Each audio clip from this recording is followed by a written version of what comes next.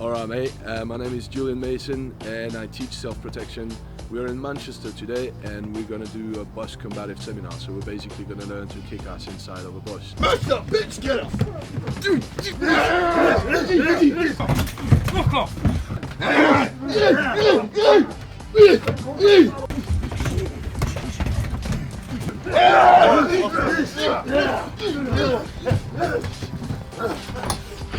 I've been doing martial arts since 4 years old. My father was in the French Special Forces and I've been working with him in Eastern Europe, providing tactical and combat training for various governmental units and quite a lot of interesting people.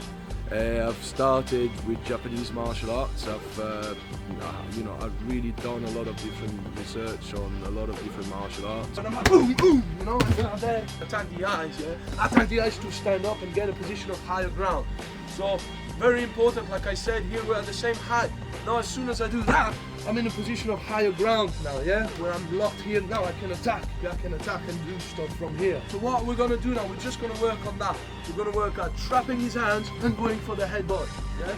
Use the crown of your head, the hard part of your skull. He attacks me from there. You see there I got the eye, so I can index one eye. So I got that thumb in the eye. Get in there. I'm gonna put some type of fence with the hands and so listen, right? And what I want to do from here, what I want to do is get on my feet as soon as possible, get a position of higher ground.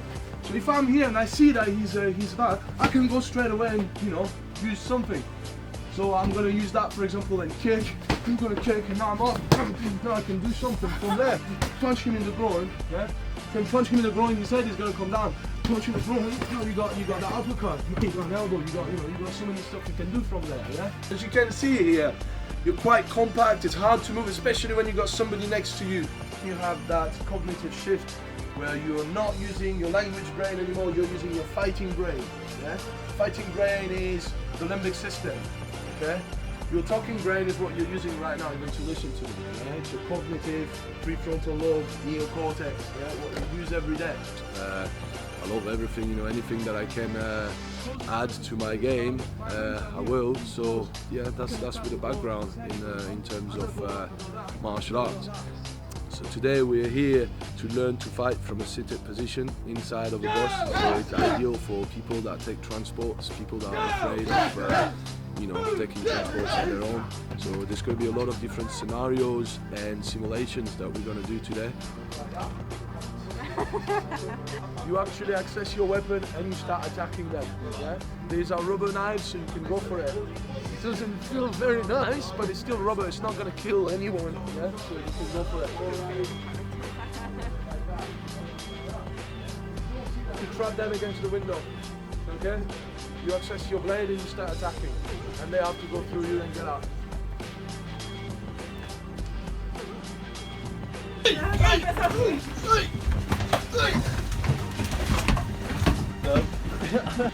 Mainly learn to generate power from a seated position, so striking from restriction and all these sort of things. If I'm here, yeah, and I want to generate power, I want to push on that foot to go in the direction where I'm going. So I'm there, boom, and I'm there, yeah, boom, there, in here, yeah, boom, yeah. So I'm pushing. I'm going to speak about situational awareness. I'm going to speak about how to develop good observational skills and how to spot pre-threat indicators before the shit hits the fan, basically. So today we got different people. Some of them are long-date martial artists. Some of them have done martial arts for more than 30 years. Some of them are already teaching. I got different people. We got people of different levels, really. So I'm going to adapt today. Now I'm talking and you're listening, you're using your prefrontal lobe, you know, the conscious thinking part of your brain. When you're fighting, you switch to your limbic system. So you're not thinking anymore. It's a completely different way of being. It's a different state of consciousness, maybe. You're going to see today, you're going to be adrenalized, you're going to see what comes out. What comes out and what you think is going to come out are two very different things. I'm looking forward to put the content out there, you know, to put as much content as I can for people, and we're gonna have some nice scenario training and pressure testing at the end, which is gonna give people the opportunity to see what they can do when they're adrenalized, which which is what combatives is about, you know, knowing what you can do under fight duress, which is pain, stress, disorientation, tunnel vision, you know, decrease of decision-making ability, and the cognitive shift that happens in the brain when you're fighting for your life, basically. We're not doing anything too complex today. It's going to be very, very simple stuff that are very easily retainable by the limbic system. So mainly gross motor skills. So no complex fine motor skills like you find in some martial arts. This is going to be quite simple in terms of body mechanics, what we're going to do today. Very simple stuff like palm strike, elbowing, headbutting, biting, gouging, you know, things like that. We're going to work primary tools. What are primary tools? It's like in boxing, you got a jab, yeah? The jab is a primary tool, something that you use to create openings. And then when you create an opening, you can use your secondary tool, which is the money shot, yeah? For now, we're just going to work on primary tools, okay? We're going to work them on the pad. So if you have the pad here, that's the face. I could be talking here and have that back fist, for example. So on there I got that back fist, which would be a back fist to the face, yeah? So I got this, yeah? I got striking the groin and striking the face, yeah? So these, for now, the two things that I want you to work on, yeah? So the person is going to sit next to you, and I need you to have some type of situational control here with your hands halfway up, and strike down to the groin and strike to the face. You got that? Go! Yes, yes. 2! Yes, yes. Oh, shit. We're going to head to that every time, yeah. If you guys want to add things, yeah, if you feel comfortable. The person comes and they have like a predatory movement, they start insulting you, get in your face, and you know that something is wrong at that moment. First I was like that, but when we start arguing, I'm start turning myself and you see, so I turn myself a bit and I put my hands up so I can talk to him. And also so my hands are really close to his face, do you know what I mean? And close so that I can cover up and I can attack from here. If my hands are halfway up and now I'm here, I can cover up, yeah? So this is one thing, situational control. Have your hands halfway up, palms up, but not fist, because that means I want to fight. That means literally calm down. In front of these CCTVs here, yeah, I'm looking like the guy who's trying to defuse the situation. I'm not looking like the guy who's trying to create a fight. He's looking aggressive, I'm not. I'm like, listen, calm down, and if you decide to strike, I'm ready to react here. And using our voice as well, so there's going to be a lot of principles, because what combatives are a set of concept, principle-based skills that have proven to work under extreme adrenal stress and fight duress. So, you know, we're gonna try all that shit today and see if it works. Why do you think it's important for people to learn these skills? It's very important nowadays because of the world we live in, unfortunately. It's a very beautiful world if you know where to look, if you look at the core of all things. You know, I'm quite of a spiritual guy, so I love nature. I know that life is beautiful and, you know, this planet is a beautiful place. But unfortunately, you know, people's ego kind of trash everything, and it became a bit of a dangerous place at the same time. There's a lot of stabbing going on, especially even here in Manchester. You know, it happened last week and a couple of weeks ago in town centre. So this type of thing happened. People do get assaulted, people do get attacked, women do get assaulted, even children do get assaulted. So yeah, I believe that it's very important for people to learn to deal with that, you know, and to not only learn to fight, but get ready mentally, emotionally, and physically, you know, to deal with the worst case scenario, which is deadly force. Unfortunately, you don't always choose, but sometimes people will offer you deadly force, and when they do, the only way to deal with that is to have the same type of response. The first part of what we're going to do here, like I said, we're going to speak about situational awareness and the street smart concept. There are things that are very important when you get inside a space, is to know where the exit is. That's the very first thing, because just in case of emergency, you should be able to have an exit. These seats are the best because I can see what's happening here, and when I'm looking there, I got my peripheral field of vision, so I got the central peripheral, near central, mid-central and far peripheral field of vision. Carlos, move your head. I can see your head moving, I don't have to look, yeah? So now somebody else gets in the bush, I can see them entering the bush. Okay? Now if I have to stand up really fast, I can do it as well because I've got the space to do it. If you guys want to stand up really fast, it's going to be quite hard, especially if you're trapped against the window and somebody else. Knowing how to spot anomalies in people's behavior, which is the most important stuff, you know.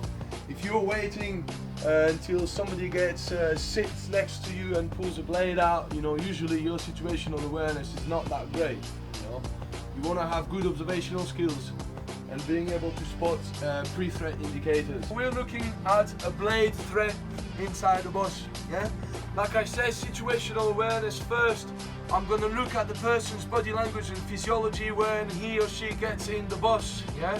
To try and pick up on some type of pre-threat indicator. I'm giving him already that body language that, you know, that I'm aggressive, maybe I want some problem.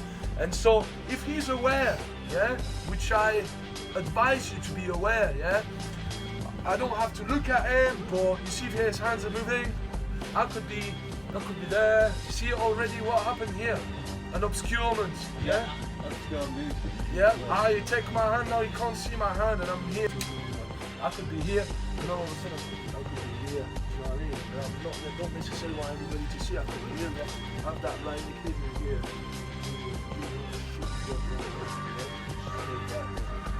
Like that, yeah? Obviously, people that try and mug you, yeah, will try and do it in a way that other people are not going to see it, so they're going to try to be discreet, yeah? You don't want to be seen. You're not going to be like that in front of everybody. Predator will choose an easy prey. Predator, a lion is not going to go and hunt another lion most of the time. They're going to hunt gazelle, zebras, yeah? So do not look like a gazelle, don't look like a zebra, or you're going to get munched. I'll give you 3 different types of body language. I get inside that bus, I get my ticket, I'm there, I'm here, and I'm doing my own thing. I've got my ticket, I put it here, and I'm neutral, and eventually I'm going to sit there. What was that body language? It was quite neutral. I'll give you another body language now. Yeah? That would be me. I'm there the first thing because I have a little scan, because I want to see what's happening, yeah? Because I've got that type of mentality. I want to know who is inside the bus. I want to know how many men, how many women roughly. I want to see, I see Carlos, bald-headed guy at the end there. I know that's a guy who can fight, even from the way that he looks. I know this guy's a big guy as well. I know that, you know, he's hiding that, you know. So, no, that type of body language where I'm here, I'm looking there, I'm doing my thing, I'm putting my ticket, I'm there. I look confident. When I'm walking, I'm sitting, but I don't look aggressive, no? And I'll give you another type of body language. The guy who's there, he's pissed off now, he's like that, now he's looking at people like that. Different types of body language there, yeah? What would you say? The first person was very neutral, the second person is more confident, and the third person is actually quite aggressive. You wouldn't want this person to sit next to you, would you? After that, we're going to run on to attribute development. We're going to do quite a lot of hard work to learn to generate power with different instruments, different tools that we have. And after that, we're going to do a few simulations and a few scenarios. All of you, I need you to be predatory. I need you to get there, give the eyes, you start talking shit. You can use profanity, you can swear, you can do all that stuff. And you're trying to intimidate people, yeah, as you get in there. You can either go there and talk shit and grab them, try and grab them. You can go there. I want you to go there and just attack it. Try and grab, try and push, try and shove, try and punch, try and attack.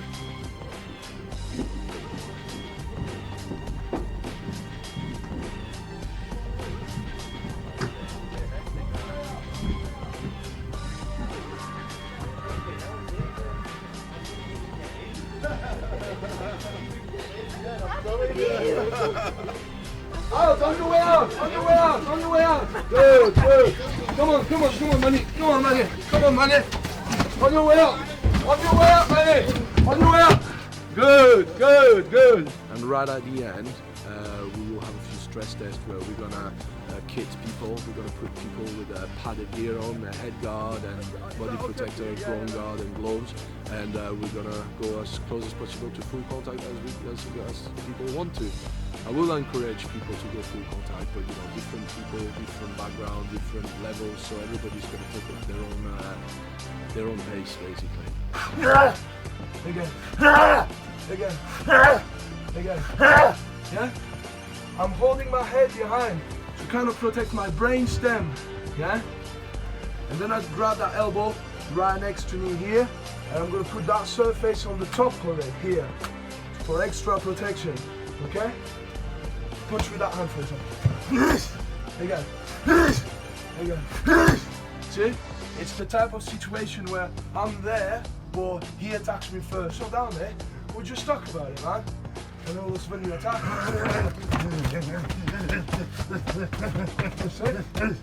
Yeah? What should I have done to stop that from happening? I could have jammed him. So if I'm here again, now you attack me. Now I'm attacking him, I'm jamming him here. You see? So now I've got all these stuff, I've got this, now I can attack him. I don't want to be caught in here where now, just attack me. Well, now I'm getting attacked, yeah? I don't want that to happen. He's got a position of higher ground. He attacks, I'm here, and I'm here, and I'm coming up. And I'm there. Yeah, I went and smashed the elbow right in his face as I was defending, yeah? So I cover up, and at the same time he strike, I counter, and I strike at the same time, yeah? So it's a weapon, it's not only a way to protect yourself, use your elbows as well. So we're here, yeah? See what happened? First one is just cover up, second one, cover up, jam, gain position of higher ground somehow, continue, go for the escape. You get that? Chill, mate. Chill.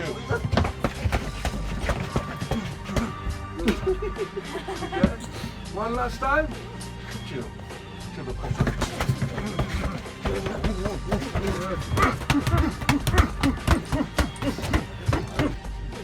Okay, go!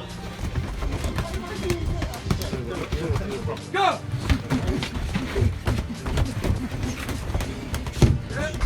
If anybody was interested in watching this video, how can they contact you for training? Well, I got a Facebook page which is called Adrenaline Combatives. I got a Facebook group that's called Adrenaline Combatives. I got a YouTube channel that's called Adrenaline Combatives. The website is not ready yet, but it will be eventually, and it will be called adrenalinecombatives.com. So yeah, what we do here today in terms of training, in terms of where I got the influence from for this type of training, there are a few people that really influenced my work, and I would say that the main character that influenced my work is Lee Morrison from Urban Combatives. That really changed the way that I see fighting and the way that I train combat training in combatives. So a lot of stuff that we're going to do today is inspired from his work, and just to give credit where they are due, he's a great person. He's made me evolve a lot, so I'm very grateful for that.